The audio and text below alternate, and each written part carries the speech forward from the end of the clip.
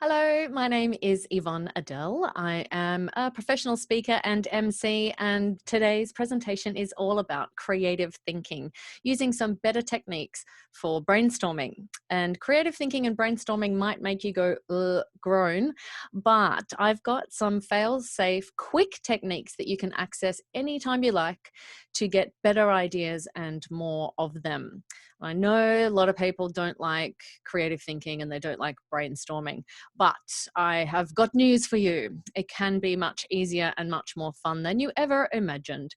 Now, this was me back in the day as a primary school age kid, and I recently found a few school reports which show that I've always had a curious mind. Some of the comments from the teachers: Yvonne must try to reduce her queries, complaints, and worries and concentrate more on the task at hand. Yvonne must learn to accept authority without questioning every decision. So you can tell I've always been a bit curious and I've always been a bit of a quiz master. So, and really that's because I often find myself wondering if there's a better way to do things. So I'm a big fan of automation and streamlining things. And today's techniques that I'll show you are ones that I've been teaching businesses for more than 20 years about how to get ideas quickly. But it's one thing to get ideas, but you also need to be able to choose the best ideas and then have a great way to bring them to life, because an idea that you do nothing with is exactly the same as no idea at all. So let me ask you from your side of the computer to put your hand up if you have ever been in a brainstorm. Hands usually go up like this. I have been in a brainstorm and I hated it. I don't like brainstorms, because the old brainstorm was someone would send out an email: everyone meet in the boardroom tomorrow morning at 10 a.m. and bring your best ideas to solve this challenge. And one person would bring the iced water and one person would bring the mints, and the first person to get there would stand at the whiteboard with the whiteboard marker, known as the whiteboard Nazi, and then they would point at people and say, "What's your idea? And what's your idea?" And it's not really a very organic and friendly way to treat the brain. So what would happen is, the person with the whiteboard marker would point at people one at a time. And if you were the third or fourth person around the table to be about to be chosen, you'd be thinking, "Oh, they just stole my idea. Oh no, I don't want to." Oh, because we are our own worst enemy. So you've got 3 people's time basically before you to sit there guessing and re-guessing and assessing and analyzing and kicking yourself mentally. And by the time it gets around to you, you're just like, no, everything's already been said, my ideas have already been said. Nothing comes naturally in that sort of form of old style brainstorming. So when you take ideas right down to their very core, an idea is really just the connection of 2 seemingly unrelated things. So there's one thing over here and there's one thing over there, and they come together to make a brand new idea. I'll give you a few examples.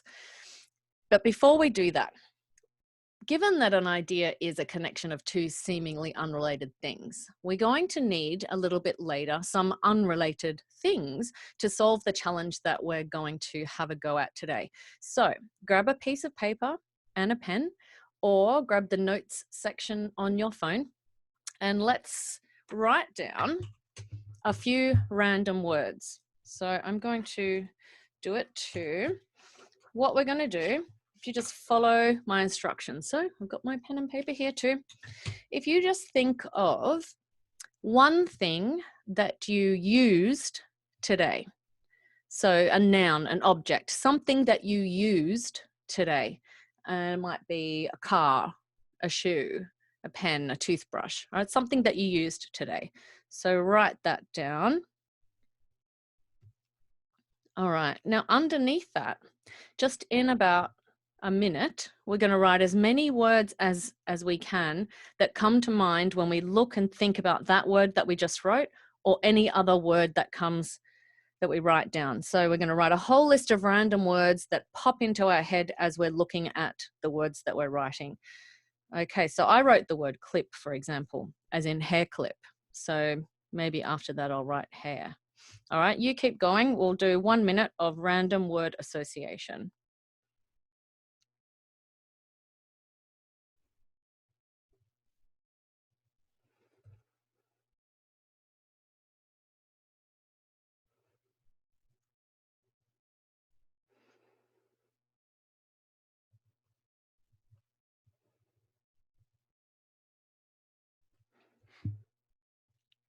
Now you see how you get into a bit of a flow once you get started, and the pen starts slowing down a little bit when you're starting to exhaust those random words. So just finish that last word that you're writing, and we're going to put those words aside for now. All right, we'll come back to them soon. So remember, an idea is simply the connection of two seemingly unrelated things. So I'll give you a couple of ideas. First of all, a couple of examples. First of all, look at this beautiful rubbish bin in, I think it was India actually. They were having a lot of trouble with rubbish ending up firstly on the beach and then in the ocean. And as we all know, that is a hazard to the local animal, wildlife, fish, etc.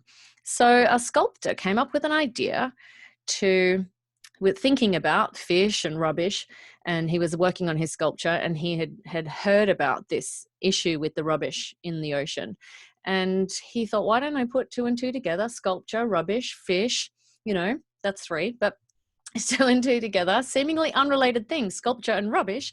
And he came up with this beautiful sculpture of a mesh fish with his mouth open, and you can put your rubbish in him, and there's like a big what do you call it, a trapdoor on his belly that the waste removal people can use to get rid of the waste. But you can see people were compelled to put their rubbish in the fish sculpture, and it turned into a piece of art, keeping the beach nice and clean. Here's another idea that caught my eye recently. When you move into a new house, for example, and you're leaving shoes at the front door, used to have sort of a cupboard under the stairs or something like that. This particular house, they decided to use the first few stairs as drawers. So you push the front of the stair and it opens up as a drawer, which is a pretty cool idea. How about this one? I've seen this in a few bars over the last year or so. In the women's toilets, you'll close the toilet door, and behind there will be this sign called Ask for Angela or Ask for whatever name they're using. And the idea is that if you're on a Tinder date, or some sort of person is bothering you that you're working with in the bar, that you're talking to in the bar, you can go to the staff at the bar, and if you ask for Angela, they will know that means I need help getting out of this sticky situation. So really clever ideas. Those sorts of things really sort of spark your thinking. But some of the ones that I've personally worked on recently with a chain of mechanic and tire franchisees, they wanted to improve their staff engagement. They wanted to create a great environment in the workshop for their staff, because you can imagine in a workshop that's fitting and checking tires and general sort of mechanic things all day long, it can sometimes get a bit grimy and cold and just mechanical, for want of a better word, transactional, I suppose. So using random word association, we came up with, someone had said that they had used the radio that morning, and we came up with an idea to allow the staff to take turns being DJ for a day in the workshop. And then that came to personalizing their environment more. And now those franchisees are letting the staff in the workshop make changes to their music and the decor, and to do things that they want to do to liven up their workplace. So it's not just that standard, boring, average, everyday, cold, dreary, grimy place. And the other problem that they had was that they would have regional team meetings every month, but they were missing out on tricks and tips and information from each region, from the managers in each region, in between these monthly meetings. So they wanted to come up with a way of improving that communication. And from just the word, I think it was social media or computer or something, from the word computer, they came up with the idea of improving the communication between different regions by creating a Facebook group for managers. So in the Facebook group, it was each manager's duty basically to every couple of days go in and give one win and one challenge. So they would say one thing that's worked really well for them at their workshop, and they would say one thing that that was challenging at the moment that they needed a bit of help with. So that greatly improved communication amongst all the franchisees. We worked with a cafe in Queensland, actually, who was not sure if they wanted to stay open during this time of COVID, and they just really weren't sure whether it was a good idea to stay open or just sort of go into hibernation. But the customers were on social media asking them all the time, like, please, keep providing this beautiful food that we love, and, find ways for us to stay connected to you. So they wanted to mainly find a way to stay connected to their customers. And at this point in time, we were using, I think the random word that came up was book. And so we came up with the idea of ramping up their social media and including more personal videos, because the book was a biography. And you'll notice yourself, actually, that if you have been scrolling Instagram and Facebook and you see those brands that you normally follow, they've been doing different content recently. It's not, here's my thing that I've got to sell. They have actually been, looking straight to the camera and talking and giving you a look behind the scenes of how they're running their business from their home, what they're doing to stay connected to their customers during this time. And from the book, we came up with another idea of a way to improve cash flow for this cafe. So a way to sort of keep the income flowing without being able to have those seated customers that they're used to having when their cafe is open. And we came up with a recipe ebook idea. So you notice on their Instagram, they have got so many likes and comments on the pictures of the food that they have. Like, for example, they've got these beautiful pink beetroot cakes. So we came up with the idea of doing a recipe ebook of all of the customers' most favorite, but not the secret recipes. And they've now got that for sale for, $15 for each ebook, which is a great price for a cookbook, really. And it's a great way for the community of that cafe to continue to support the cafe while they're going through this crazy time. And a Pilates studio, in fact, the studio that I go to just around the corner from my house, I've been helping them to get all of their lessons online. So, it was a very challenging time at the beginning of all of this, when all the gyms and Pilates and yoga studios had to close down. And none of them were necessarily used to running lessons online or anything. But as you have seen, Zoom came into play real quick, and online lessons have become really cool. So we did the same thing. We launched some online Zoom Pilates classes. We invited every single one of the current customers and lapsed customers of that studio by email and all over social media to attend a class for free. In fact, we ran the first 3 days worth of classes for free for everyone to try them out, which was great, because then we got a chance to ask people for their reviews, and we can use those reviews in social media. And then started selling the Zoom classes. There's 3 or 4 classes a day for about $12 to $15, which is about half price than they used to be when you would go into the studio.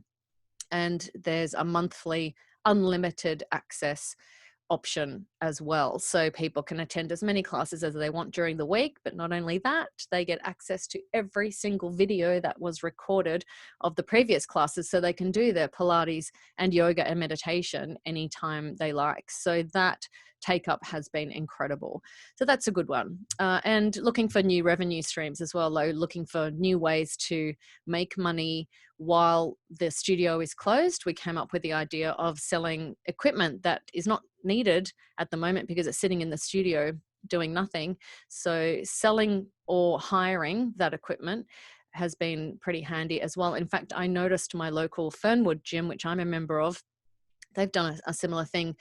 It was all tears the day that they closed, because it really is such a family down there. And, I had done a lot of work getting my own personal strength and conditioning training program worked out. And, I was in a daily routine of really working on increasing my strength and conditioning. And the next thing you know, all the gyms had to close. And I don't have that proper equipment at home. I've just got really yoga and Pilates stuff. And you've probably noticed that every single bit of workout equipment has been sold off the shelves during this time where everyone's trying to make a home gym.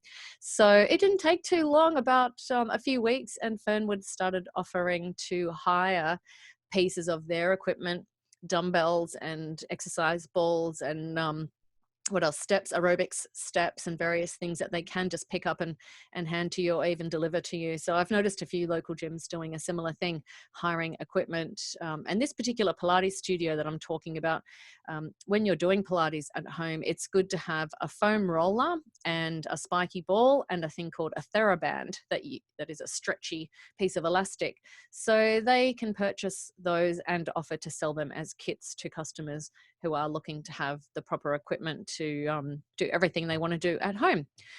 So over the years, these techniques, these brand new brainstorming techniques I'm about to show you, I've used them with many different types of businesses, and I've just shown you a couple of small businesses there, but we also did a brainstorm for STA Travel, which is traditionally known as the student and discount travel company, but they were wanting to spread the word about the fact that they are not just for student travel. They are a travel agent, full stop, and wanted to know, how can we communicate to potential customers when we're not just student travel? So using word association, we came up with creating non-student testimonials. So we took off all the student testimonials from their site because they already had a great reputation amongst students. And we made video testimonials from anyone that wasn't a student. So older people and, people who obviously weren't students by the look of them. And we used imagery and information in those video testimonials, and heavily targeted that particular demographic using social media targeting and SEO as well.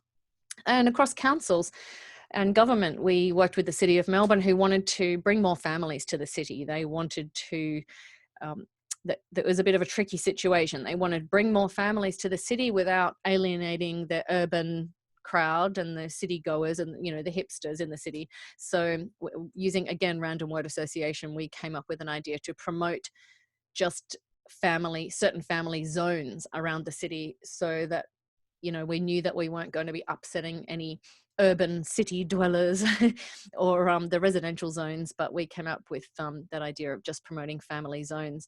And banking as well. In fact, very early on when I started doing this brainstorming stuff, so I've been doing this for about 20 years, and it was about 16, 17 years ago, we worked with NAB, who wanted to find a way to make the banking products and services that people were coming into the branch for, to make them more mobile. And that was really just when apps first started. So we came up with a whole bunch of ideas that became NAB's very first banking app, which is pretty cool. And across retail and telecommunications with Telstra wanted to find a way to promote their products in the lead up to a Mother's Day some years ago, and we had this great idea to come up with a Mother's Day gift hotline. So in that last week when you were scrambling for a gift for Mother's Day, you could call the Telstra hotline. It wouldn't just be Telstra products. They would ask a couple of questions about your mum and give you a few ideas, and then send you on email or text a little guide to gift giving for your gift buying and choosing for your mum. And that guide had a few Telstra products in it and was branded Telstra. So that was a good one too.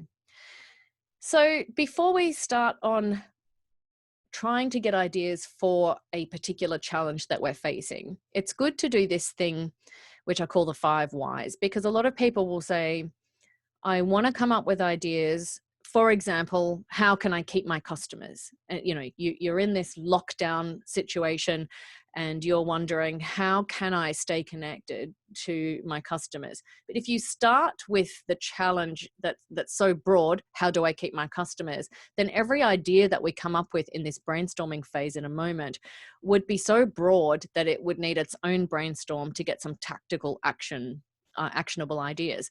So start with that broad question, sure, but go into this process of asking yourself why you need to do that. And you won't need to ask the question more than 5 times. So I did it here, for example, how can I keep my customers? Well, then if you ask why do I need to keep my customers? That takes you down to how can I keep my customers over this next 3 months? Ask why again. Why do you want to do that? Well, because I want to continue to give them that great service or that great product that they have loved from me, even though I can't do it in the normal way right now. So then it goes to how can I continue to give my customers what they love about my services or products in the next 3 months? And then you think, well, why do I need to ask this question? And that takes you to what virtual services or products can I create for my clients in the next 3 months? So you don't really need to ask why again, because we've drilled it right down now. So that is the challenge now well defined. What virtual services or products can I create for my clients in the next 3 months? So you can use that for whatever challenge you like. Now, to bring brand new ideas to life, there are 3 stages. First is generating a whole bunch of ideas, just letting your brain flow and generating the ideas. And we're going to use the random word association to do that in a minute. Then you've got to evaluate that big bunch of ideas, because you can bet there are going to be some absolute pearlers there, but also there is going to be some absolute rubbish. But you don't think about that in the idea generation phase. You evaluate the ideas after you have let your brain spit them all out. Then is the implementation. Remember before I said, an idea that you do nothing with is exactly the same as no idea at all. Medicine that I should often take myself and do. But I've got this great 1-page action plan that we can set in order to make sure that the best ideas come to life. So on the idea generation phase, the first phase, remember I was saying this is the most friendly and non-organic, unfriendly and non-organic way to treat the brain, sitting in a boardroom and being pointed at and being told that it's your turn to pop an idea out of your brain when you've sat there the whole time going, oh, this is not my area. I don't like being creative. So we don't want to do that. We're going to do this technique, which seems to be brand new, but actually was developed by the University of California, I think it was, in the 80s. But it's sort of just, they used it there for a little while and then it disappeared. You may have heard of it, but it should actually be the only way that brainstorming is conducted. It's called Think, Pair, Share. The whole idea is that you think solo first by yourself. So see the little graphic as each person is in their own little hotspot.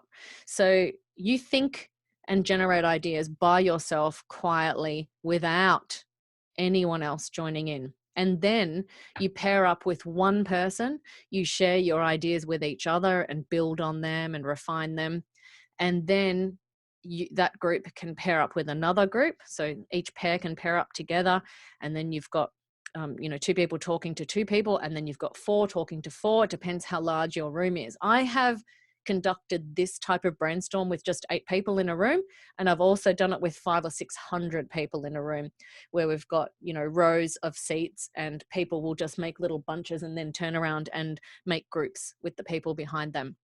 And then when you've done this process for as many times as it needs to be done to make say 8 or less large groups, then one person from each group will be the one that presents the group's best ideas back to the room. And you can bet in a group of 6 to 8 people, there's always one person who's very happy to put up their hand and be the spokesperson. So that is a friendly, organic way to treat the brain. So think is the first part of the process. And don't forget, we defined our challenge properly before. And going back to that simple thing of what is an idea? An idea is simply the connection of 2 seemingly unrelated things. So let's get our random words that we wrote earlier, grab hold of them on your piece of paper or in your notes section of your phone. And we're going to grab that very first word at the top, put a circle around it. We're working on that word right now. Do not look at the rest of the words down your page there. Don't look at them. Don't go shopping down your shopping list of words and pick a word that you like. We're just going to work on the very first word, first of all. So in my instance, the word was clip. This is not one I prepared earlier. I did just come up with clip on the fly there. So let's see what happens. So remember, our defined challenge after we drilled it down was, what virtual services and products can I create for my clients over the next 3 months.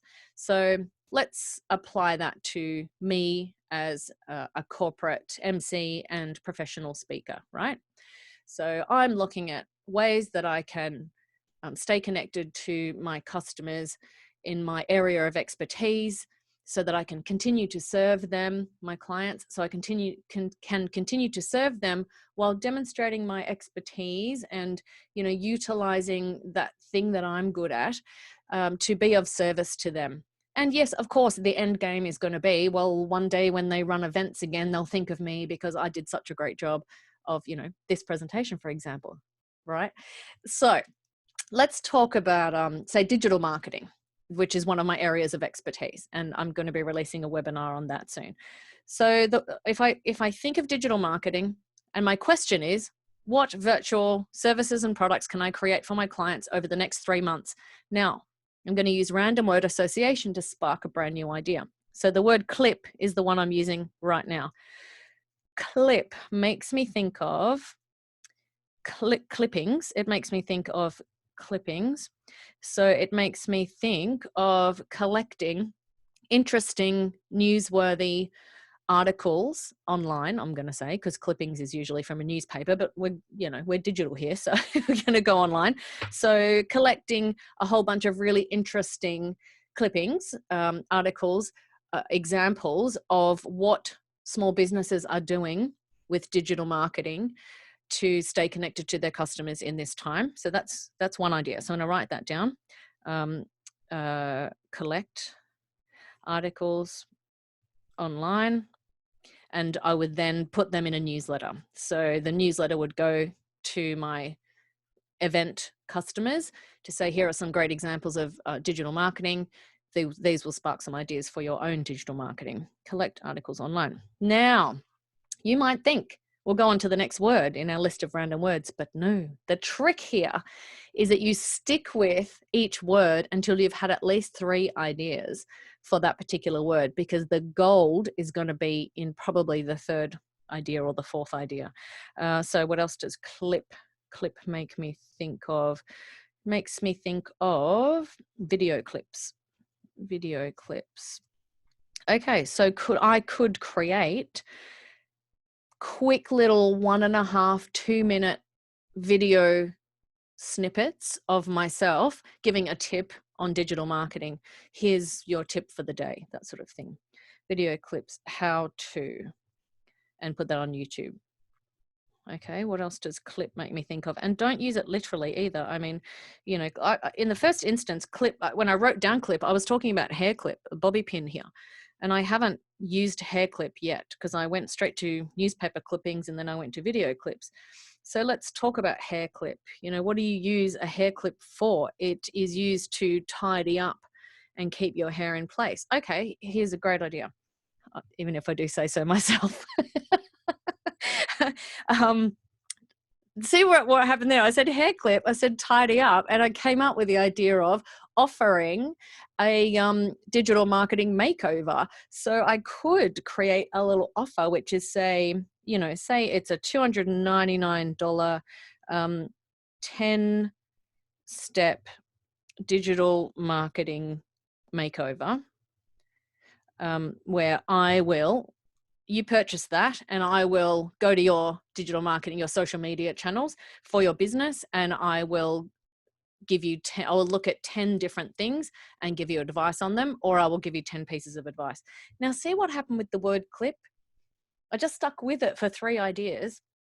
And you have to trust me, this is not one I prepared earlier. I mean, ask around.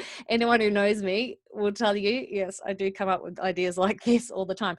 Now I can move on to the next word if I want in the list, which is hair. So I won't keep going, but you get the point.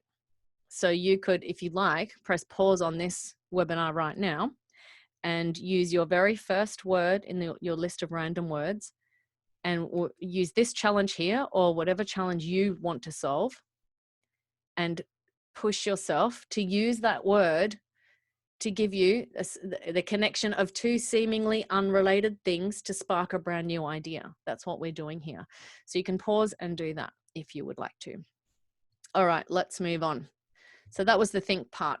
The pair part. Now, in a conference room or a boardroom, normally you would have done all these things. You wouldn't speak out loud the way that I was. You just have these ideas in quiet for a few minutes, and then you would go back to your list of ideas and go, yeah, I don't really like that one, or I love this one. You put a big star or a tick next to 2 or 3 of your ideas, and then you pair up with one person and chat to them about your best ideas, and that person will spark another idea for themselves from what you're saying, so they should write that down. They will also probably have another, notice I didn't say better, idea to give to you. But when you're the person who is listening to someone else's ideas, what is really, really important is to not say, yeah, but, or yeah, nah. Don't say those, because if someone is delivering an idea to you, the special, beautiful baby that they created out of their brain, and they are giving it life by sharing it with you, and they put it up here, basically they're sharing it with you and it's up there. If you say, yeah, nah, that's going to cost too much, you've crushed their idea. If you say, yeah, but blah, blah, blah, they crush their idea.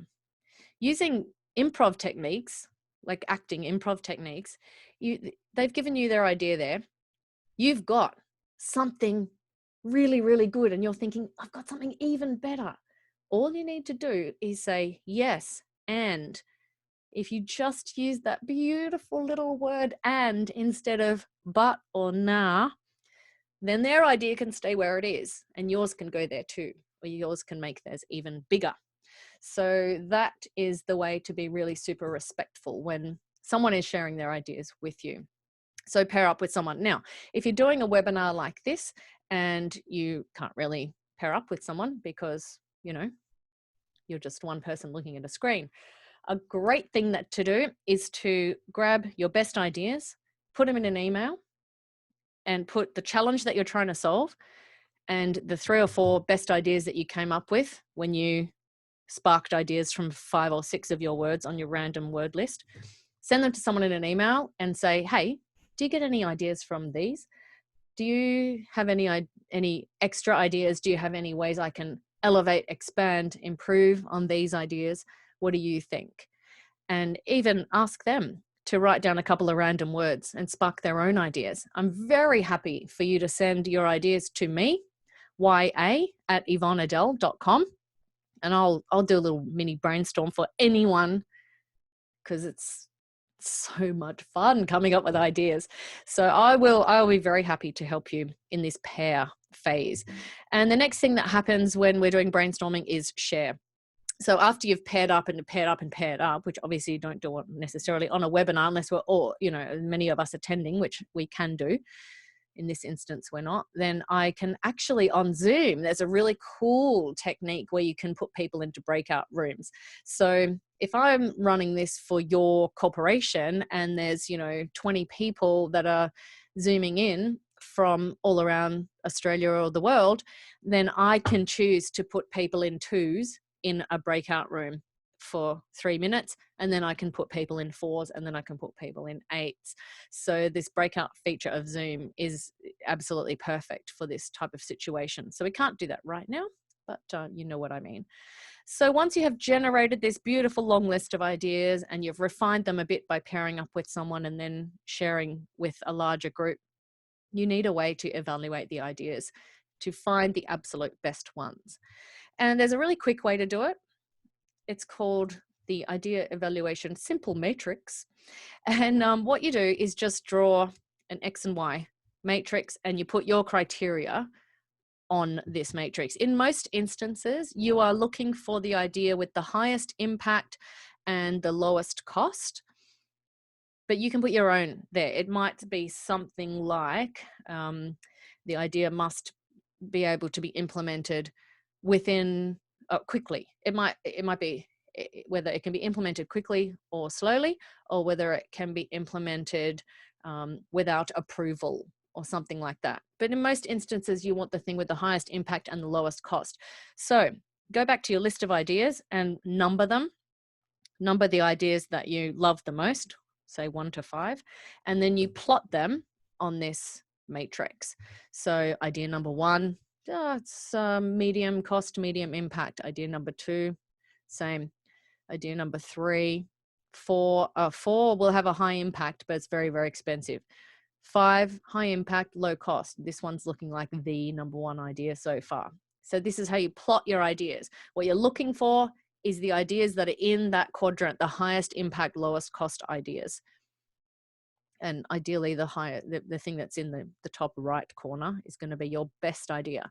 So that's one way to do it. There is a more complicated idea evaluation, like a spreadsheet that I can share with you if you need it. And the way that it works is that you choose the criteria that your idea needs to meet, and you list them on the spreadsheet, and then you give each one of those criteria a weighting. So you say this is really, really, really important, number 6, or not so important, number 1. And then you score each one of your ideas.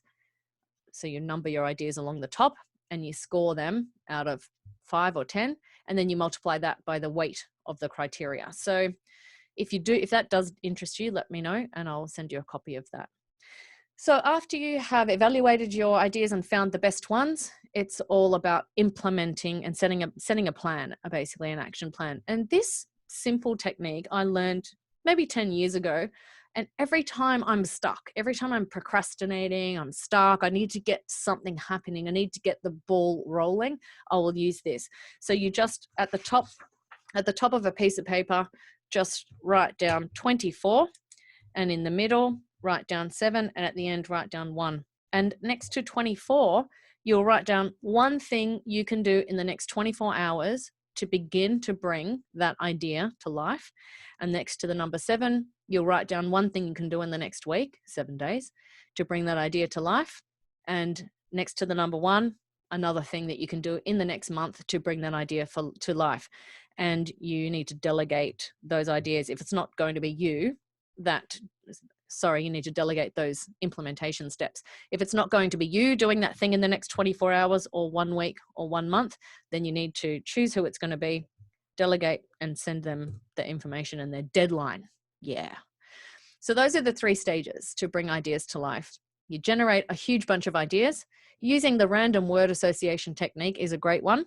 There are some really clever other techniques that you can use too, actually. And when I work with businesses that want something really specific and say really quite important, like they are doing a rebrand or they've got bad news to communicate to staff or customers, or for example, they have a brand new product range coming out, or they need to innovate, their business is stale, then there are some other techniques we can use, such as picking a business that's outside of their industry. So say, for example, actually I did this with realestate.com.au many years ago.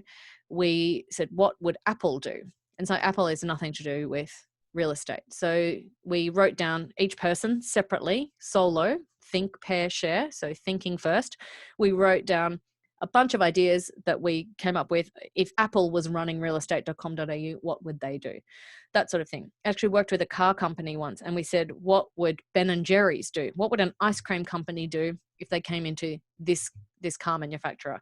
So that's another technique you can use. I've got about 20 or so techniques that I can call on from for whatever situation we're in, that will generate brand new ideas quickly. So that's the generation phase. The evaluation phase, using that matrix, is really quick and easy to find the best idea. And you can use the more sophisticated spreadsheet that I mentioned.